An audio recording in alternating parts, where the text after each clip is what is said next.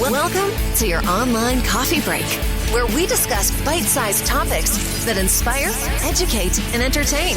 Here's your host, a software innovator, award-winning marketer, and astronomy and space buff, Chuck Fields. Hello, thanks for joining me today for your online coffee break. We have an amazing two-part episode today with some exciting country music artists. First, we're going to be featuring Lost Saints, who will be talking about their newest single, We Don't Fight. Then we're going to talk to Liddy Clark, and she's going to talk about her latest country album that she's working on.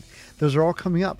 But before we get to those, I want to encourage you to subscribe. If you like our music interviews, we have some amazing interviews coming up over the next several weeks. We're going to have Ricky Nye and his Boogie Woogie Blues. We're going to have Hannah Biardi and her amazing jazz music. And then coming up the first week of August, we're going to have Jane Wiedlin of the Go-Go's. She's going to join us to talk about their new Showtime documentary, as well as their newest song, the first song by the Go-Go's in years. So be sure to subscribe so you don't miss a single episode.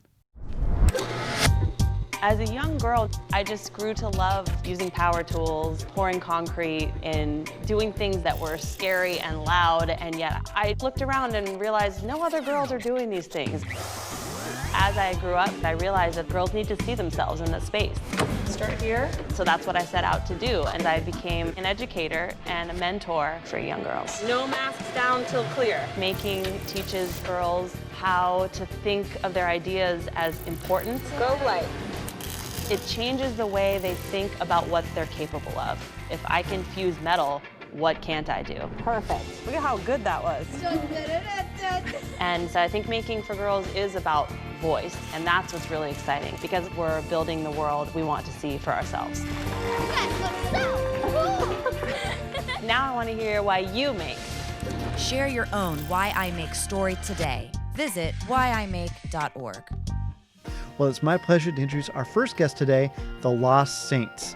All three members of this amazing country music vocal trio joined us today, Afton, Chris, and Derrick, and they're here to discuss their debut single, which was just released, called We Don't Fight. Silence echoes the love we lost. You were always right, but Online coffee break. Thank you for joining me today. Really appreciate having you here. Yes, you got it. Thanks for having us. Thank you for having us. Well, I tell you, I love your story. I love how it was only like 3 short years ago where all three of you sang for the very first time. Who of you wants to tell that story? I want to hear that a little bit more. This is Derrick's favorite story to tell. All right, so. Derrick. Well, I had been in a group before, and it kind of didn't work out. And I had moved into a new place here in Nashville, and about 2 months after I moved in over there, Afton moved in downstairs. Nice. So we connected, found out we had a ton of mutual friends, and she would come upstairs and we'd goof off and sing a little bit. So my wheels kind of started turning. And I'd written with Chris a couple times, and he and I have several mutual friends. That's how we had met. So I kind of just put the bug in his ear, like, hey, why don't you come over and sing just to see how this sounds? And it just clicked. More like, why don't you just come over to sing for fun? But deep down, he had good intentions of starting a band. That's right. Well, I tell you, your voices, they sound so good together. I mean, did you know, like, instantly, like, hey, this is almost magical? I mean, was it that powerful at that time? Yeah, I mean, the blend was there from the beginning. And we had a producer friend of Derrick's that we went to go sing at his house, and he was like, wow, y'all should, definitely talk about maybe doing something together.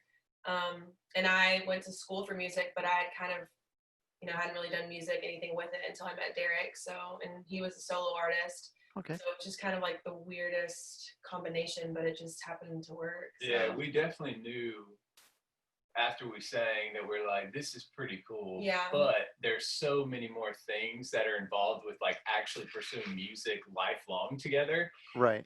That we really took our time just getting to know each other, talking hopes and dreams and aspirations and careers and all that kind of stuff. And, we spent around 8 months to 12 months before we ever decided to be in a band. So we would just get together and sing put our stuff on, put our vocals on songs and things like that. Hang And out. eventually we were like, hey, we don't hate each other. We actually really like each other. So let's That give it is a shot. good quality on that. Can I ask too? I mean, because I know you've done a lot of covers now, but obviously you came out with your latest debut, "We Don't Fight," which I love. When you're creating a song, when you started creating songs, do you each have distinguished roles? Like, does someone say, "Hey, I like to write songs. I like to sing"? I mean, are there distinguished roles, or do you kind of share that task? How does that work? I think very much so. Chris is Yeah. definitely like more of like the more established writer in the group. Okay. And he actually also like plays guitar and like plays all the instruments. So I'm just lucky enough to be the only female, so I get to sing it sometimes too. Right.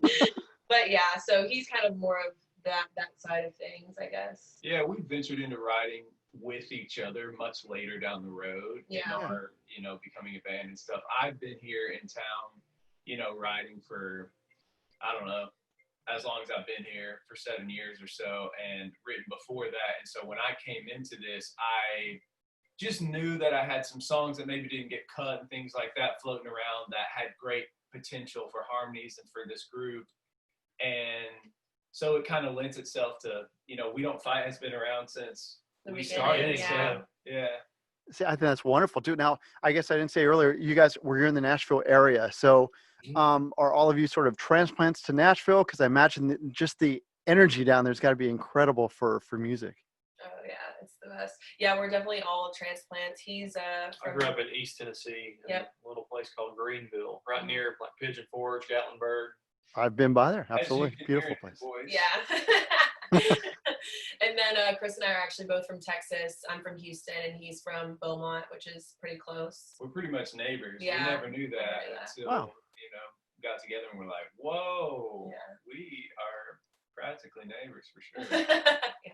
I think that's unusual too. And from what I understand too, we talked a little bit about your music background, but from what I understand is some of you have gospel background and you sort of have a really unique blend, obviously between gospel and country. Can you just a little bit more about your background as far as that goes? Yeah. I mean- Go ahead, you can start. Well, we all grew up singing in church, and Nice. gospel is such a big umbrella word Yeah. for like, hey, we all learn how to sing and sing with other people and parts and play guitar and be nervous on stage. This all happened Right. for us growing up singing in church, and obviously we've been influenced by that and groomed a little bit by that. Mhm. And I'm kind of right down the middle when I love country music. I like a lot of styles of music. Afton is very much our pop princess. She just loves pop music.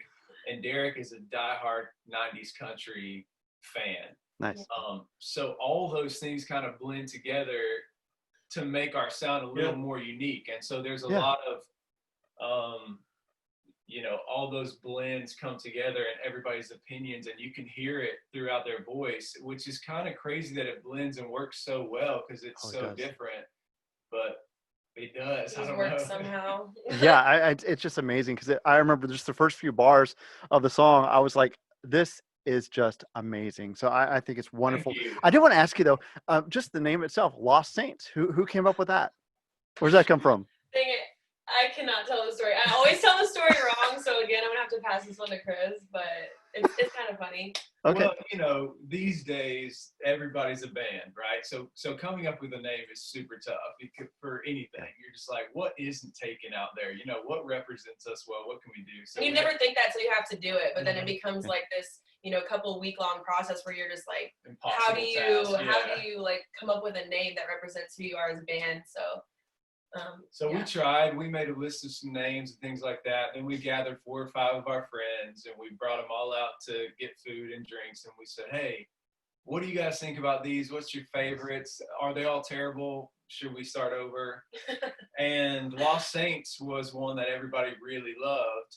And we don't really tell the story all that often, but it's a little bit of an inside joke too, because like we mentioned before, we grew up in church and in music and stuff. And so it's funny that you have some old schoolers like, our grandparents or whatever that would say, oh, that stuff is great, but when are you going to start singing to the Lord again? Or when are you going to do worship? Or when are you going to do this and do that? So it's kind of an inside joke that we're like, we're still saints. We're just wandering right now. Well, I think it's a great name. And let's talk about your song. So here it is, your debut song, We Don't Fight, which I know the song itself, and I'll let you explain a little bit more, is, about couples not fighting anymore. I love the line, threw in the towel and later gloves on the floor. I think that song could apply to so much more than couples these days, but I'd just love to hear more about the song. How did that song come to fruition? I mean, you wrote it. I hate passing it to you, but you're just going to have to do it. Unless, Derrick, do you want to say anything? Yeah, Derrick. Yeah, so, in the writing process, you always want to try to say something in a new way, and it was like, we've all heard love songs and breakup songs, and we had this idea, me, a friend of mine named Ethan Hulse, and another friend of mine named Brandon Chase, and we had this idea of like, what if the only good thing you could pull out of a bad relationship was that you don't fight anymore? What if like that's all that there really is? Yeah. And it was kind of one of those like, wow, like that's pretty heartbreaking. So we kind of started there and then worked our way backwards, and we just wanted to talk about all the things, that all of us do. You look back and for whatever reason, you're just thinking about all the good times and like, oh, this and that. And then you start thinking, did I make a mistake? Should we be together? And then you kind of hit the chorus and you realize that, it would have all been up in flames anyways. At least we don't fight anymore, and you move on. So I think we can all relate in broken relationships, and all had them. We've all had them. Definitely a great song. Derrick, I'm going to single you out on this one. There you go. Okay, so Do it. I'm picturing now. I've been to near the area where you grew up, and I can just picture you walking along with those beautiful views. And here you are. You guys have your single that's debuting. What's going through your mind right now? How do you feel about all that? Man, it feels like it's been a long time coming. I mean, it's something you've worked for since you were a kid and realized what you wanted to do, and it's here. It's pretty cool. How's the reception been so far? I know it just came out, but how's it been so far?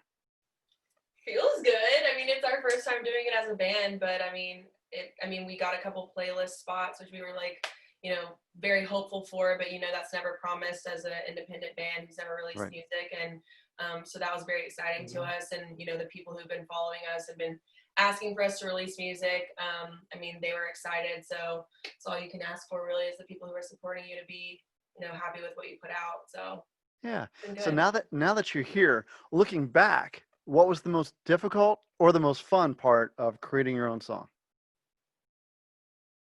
Difficult. Well, the most difficult, I would say, in my opinion, was finding the right person to help us make it and color it and it become an actual song. We worked with 3 or 4 different producers. Really? And then eventually we kind of self-produced with a little bit of help from some other people. So that was a journey, because you want it to be what you have in your head, and sometimes it doesn't always work. So that was a process over the past year, really, of trying to get it right. And so once we did, we were like, this is it. Well, and timing too. I think, being a band for 3 years, really, like more so for 2 like full years, but like, that is always a topic of conversation and people want it, but you're like, when's the right time? We want it to be great and all those things. So that was difficult, and we fought, about that for a long time, not amongst each other, but just kind of like internally on like what that looked like. But Nashville is such a cool place. Well, I was just gonna say, we decided to, we talked to a couple friends of ours who are in the music industry and executive positions, and we're talking about, how right now is the perfect time to put something out because people are glued to their phones more than ever with, with the whole COVID thing. We just used it to our advantage. So. Yeah, and Nashville is such a cool place in so many ways, because it's sort of the mecca of country music. And so for us as a band, when we got together and having been in the music scene for a while and things like that, we had to make some tough decisions early on what we were trying to do. Like we had meetings very, very early in our career with, majors and bookings and all those other kind of things. And it kind of led us to this place to, well, hold on a second, don't release all your best music yet. Like there might be a partner somewhere. And so we kind of had to navigate that.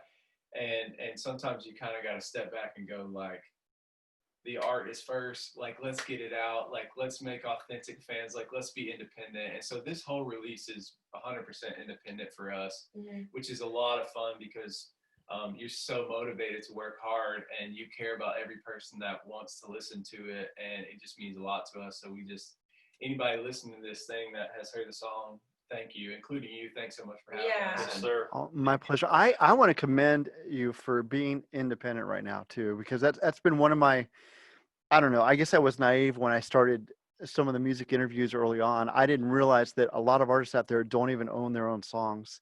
And they'd come in with some great music and I'd be like, can I play a sample? I'm like, no, you can't.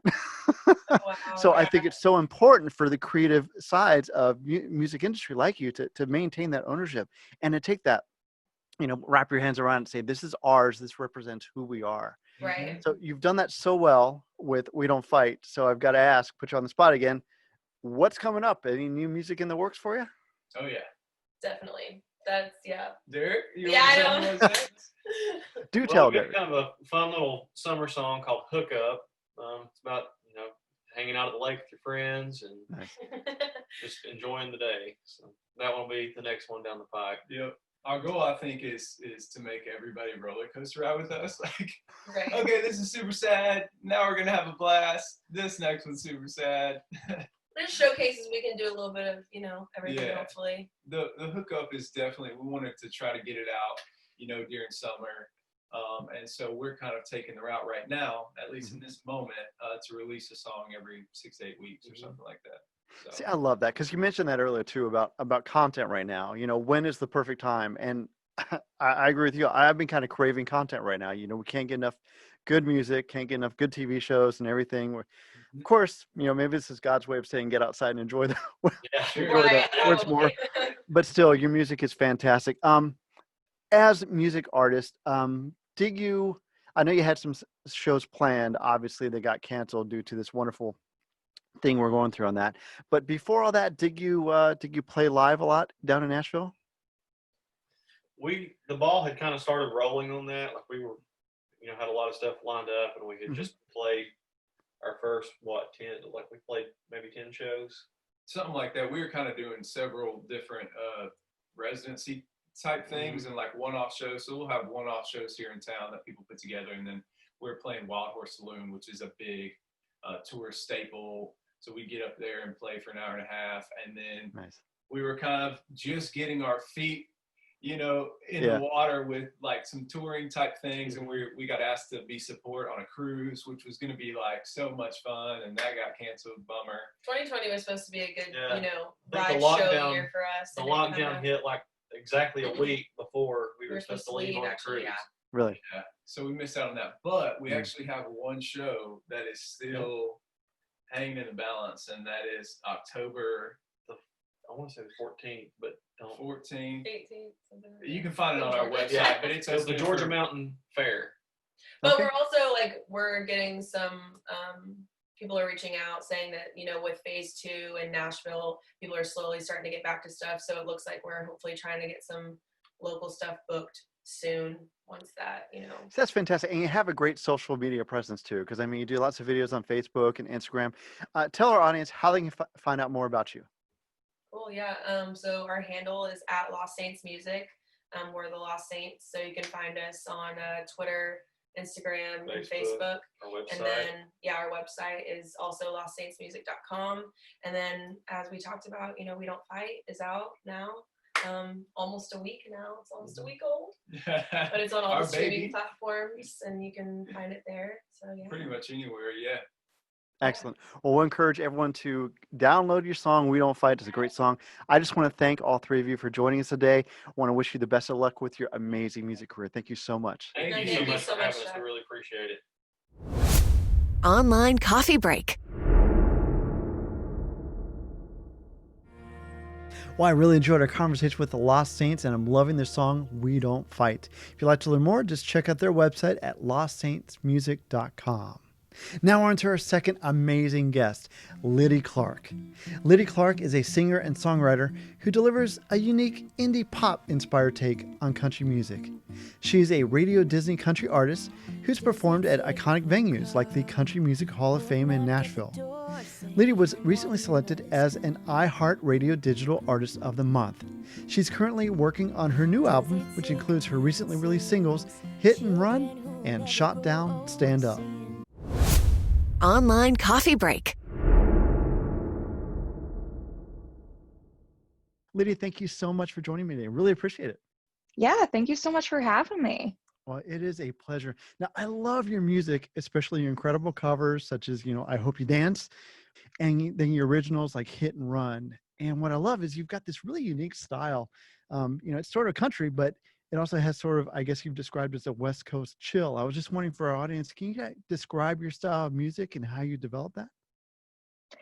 Yeah, so my style of music is definitely something that I've developed over the years, and it's finally come to the point where I feel like it accurately represents who I am at this point in time, which is really exciting to say. And I initially grew up in Texas, and then I moved to Florida when I was 7, and then I moved to LA. So I feel like I've got a lot of different geographic influences that go on with my music, and especially now living out in California, where there's a lot of pop and a lot of alternative and a lot of rock and a lot of other really interesting genres going on out here right now. Yeah. I feel like that has definitely just inspired so much more in my music.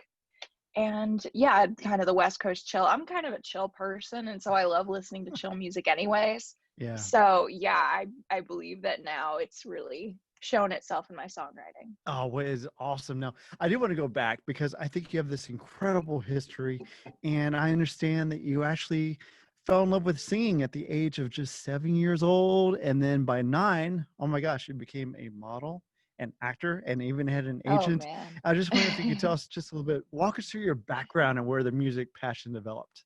Yeah, so essentially I started when I was 7. I had just moved to Florida, and my grandma had done this whole genealogy project and found out that we were related to Pocahontas from history. And Really? so that was really exciting to me at the time. That's awesome. It's still exciting to me. But, just being like a 7-year-old who is completely obsessed with everything Disney. And I decided I wanted to pay tribute to my ancestor by singing Colors of the Wind at my new school's talent show. And so I did, and then it somehow happened that I had some sort of natural ability for pitch, and wasn't completely terrible singing in public the first time. Obviously. And so I think I won some type of award for the 2nd grade or something. I don't know what age I was at that time, but yeah, I actually I started doing musical theater after that, and I started doing a bit of modeling down in Miami. I was Felicity, the American Girl doll, at one point, which was very exciting for me. How cool is that? And yeah, no, it was the coolest. I love American Girl dolls, so loved being able to represent one. Oh, And that's yeah, I awesome. did musical theater up until the time I was about 12, 13, 14. And that's when you kind started of playing the end of guitar, middle right? school. At 12? I did. Yeah. I started going to a new vocal teacher, and she had a bunch of guitars on the wall, and did more of kind of a pop music thing. And so that's when I really started delving into more genres than just musical theater. And I found that was really where I felt most myself, and most I was doing something that I was kind of meant to be doing. And so yeah, I started doing more contemporary and pop music at that point. Then as I started delving into guitar and songwriting, I started writing more country. For sure. Now, you even started writing your own songs at 13, which is totally impressive. And then I understand 14, you got a special personal invitation from Loretta Lynn to sing at her ranch. Can you tell us more about that? Yeah, what a wild time that was. Yeah. Oh my goodness. So yeah, I, started building kind of my social media presence at the age of 13, 14, really around the time that social media was starting to boom and become the, sensation that it is today, and how it keeps everybody connected and everything. And so she actually reached out to me through my Facebook page and asked if I would come up and sing at her ranch. And that was definitely one of the coolest places I've ever gotten to perform. And I love nature, and I love being outside. And so it was really great just getting to go up there and even just to go see the ranch, like it's one of the coolest places I've ever been, and to perform there, it's just like, wow. Well, I guess I'm so impressed too, because, you know, you have this wonderful background, plus you met some very neat, influential people. And one thing that I thought was kind of cool is a few years ago, you were performing at the Country Music Hall of Fame, where you met Garth Brooks, and I believe he gave you some advice. How did that come about? What did you say? What was that like? Just like the most casual person to run into in the green room. It was absolutely insane. Because like I didn't think there was going to be anybody else in there at the same time. Like it's like not a small green room, but it's not a large one either. And so they were having about 2 artists in there at a time, you know, just flipping over from each act. And so when he walked in, I was like, holy, oh my God, he's wearing a Garth Brooks hat. Is that actually Garth Brooks? Wow. And like some of my band members, a lot of them at the time were from Miami. And so some of them didn't really know country music as well as I did. And they were like, is that? And I'm like, I think so. And it was just insane because he just went up and he like offered his hand and he's like, hi, I'm Garth. And I was just awesome. like, oh, ended up like hearing my set. And he said that I had a pretty voice and he liked that I told people where I was from. He's like, always tell people where you're from. They want to know that. I'm like, okay, Garth, I will. Thank you. See, I think that's wonderful. And speaking of where you're from, I know you were born in Texas. You lived in Florida too, obviously. And you actually lived in Parkland, Florida. And that, you know, one of your songs that you just came out with a single about Shot Down, Stand Up. I really appreciate it. I understand it was inspired by the Parkland school shooting. I was wondering if you could just tell us a little bit more about that in that song. Yeah. So I was in my freshman year of college at the time that it happened, and it was just kind of the weirdest feeling for me, just being so far away, but kind of being able to picture exactly what was going on, like all of the helicopters flying overhead, you know, calling my family and making sure everyone was all right and kind of hearing it over the phone, the insanity. And it took me a few months before I could actually write it. Like I knew I was gonna write a song about it, but I wasn't able to do it until I had kind of fully processed everything. And that happened kind of around the May mark. And I had gone on a songwriter's retreat at the end of May. And I decided that then I was going to write the song because I had actually been asked to perform at the Wear Orange event in Parkland, like at the Parkland Amphitheater. Yeah. It was like early June, and it's an event that raises awareness for gun violence and kind of, you know, trying to fight it. Mm-hmm. And yeah, I mean, like Parkland Amphitheater, that's where I had my first full band performance when I was 15. Like my eyelashes melted off on stage. I remember it very well. And so well, that's I just, yeah, you know, just girl problems. And I remember I wrote it kind of by myself at the retreat, and I remember writing it kind of in the car ride back to the airport. And yeah, the first place I ever performed it was at the Parkland Amphitheater for the Wear Orange event that was for, you know, awareness of gun violence. And so just being able to perform it there was really just kind of soul healing for me, and being able to talk to people there and have them, you know, come up to me and say how much they really appreciated the song and how much, you know, they loved it and they wanted me to put it out. And so that's kind of what inspired me to actually like release it to the public and not just, you know, play it one time for a special event. And yeah, no, it's definitely become very much a part of who I am. I'm very, you know, socially active. I live in Los Angeles. I'm surrounded by that all the time, and it's, you know, stuff I believe in. And so whatever chance I get to kind of speak up about the things that I believe in, I think that's so important as an artist, not to just, you know, present the parts of yourself that you think people want to see, but just every part of yourself. Like, don't hide anything. And so that's a big part of me. See, I think that's wonderful, and it really does come across in your music. Another song that you released too, his Hit and Run, which I guess is more like a love story gone awry, if I can put it that way. And I believe you did the video for that in just one day. Can you tell us a little bit more about that song, the meaning behind it, and the video? I think that's interesting. Yeah, so it's so funny because we did so many different like productions of that song, and we had one production that we were going into with the video that we had done in like May, I believe, and so we did the video in August.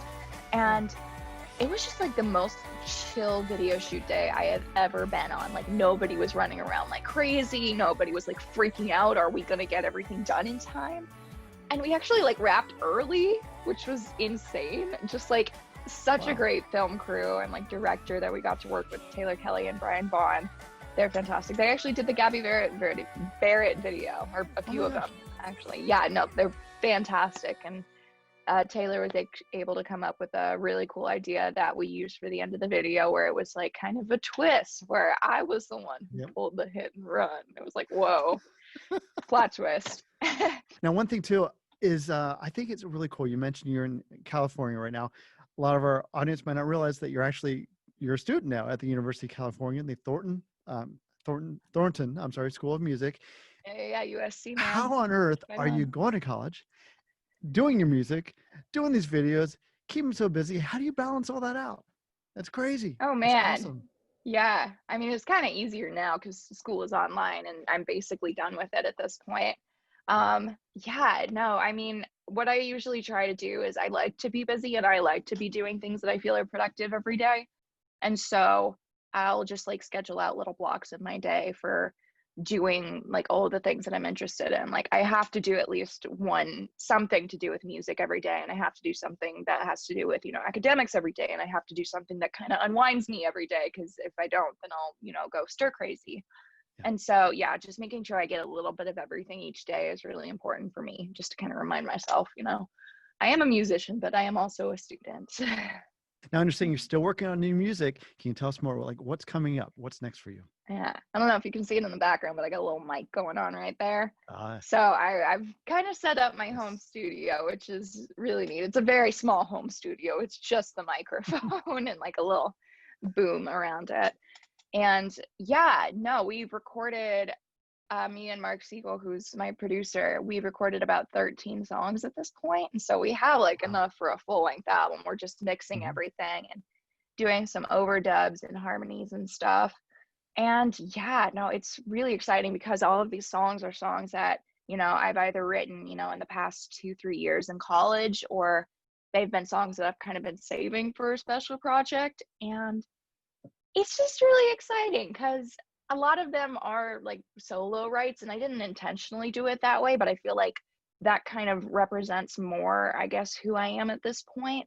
And it's very vulnerable. It's very honest. There's some parts in there, I wouldn't normally talk about, but hell, I'll sing about it. And so I think it's really exciting. I'm really excited to put it out. And I know I've said the word excited like 500 times, but it's very accurate. Your music is so incredible. We just are looking forward to the new music as it's coming out. Can encourage all of our audience to check it out. You have a great website, liddyclark.com, great YouTube channel, but links to that in the show notes. But Liddy, I just want to thank you for joining us today. It's been a pleasure talking to you. Thank you so much. Yeah, it's been great talking to you too. Thanks for having me. Online coffee break. Well, I really enjoyed my conversation with Liddy, and I'm loving her music. If you'd like to find out more, just go to her website at liddyclark.com. I want to thank Liddy for joining us today. I want to thank the Lost Saints for joining us as well. But of course, I want to thank you for taking time out of your busy schedule to join us. We really do appreciate it. Again, if you can share this episode with a friend, we'd appreciate that. If you give us a like on whatever podcast application you listen to or YouTube, that would be great as well. Again, thank you so much for joining us. We'll see you next time. God bless.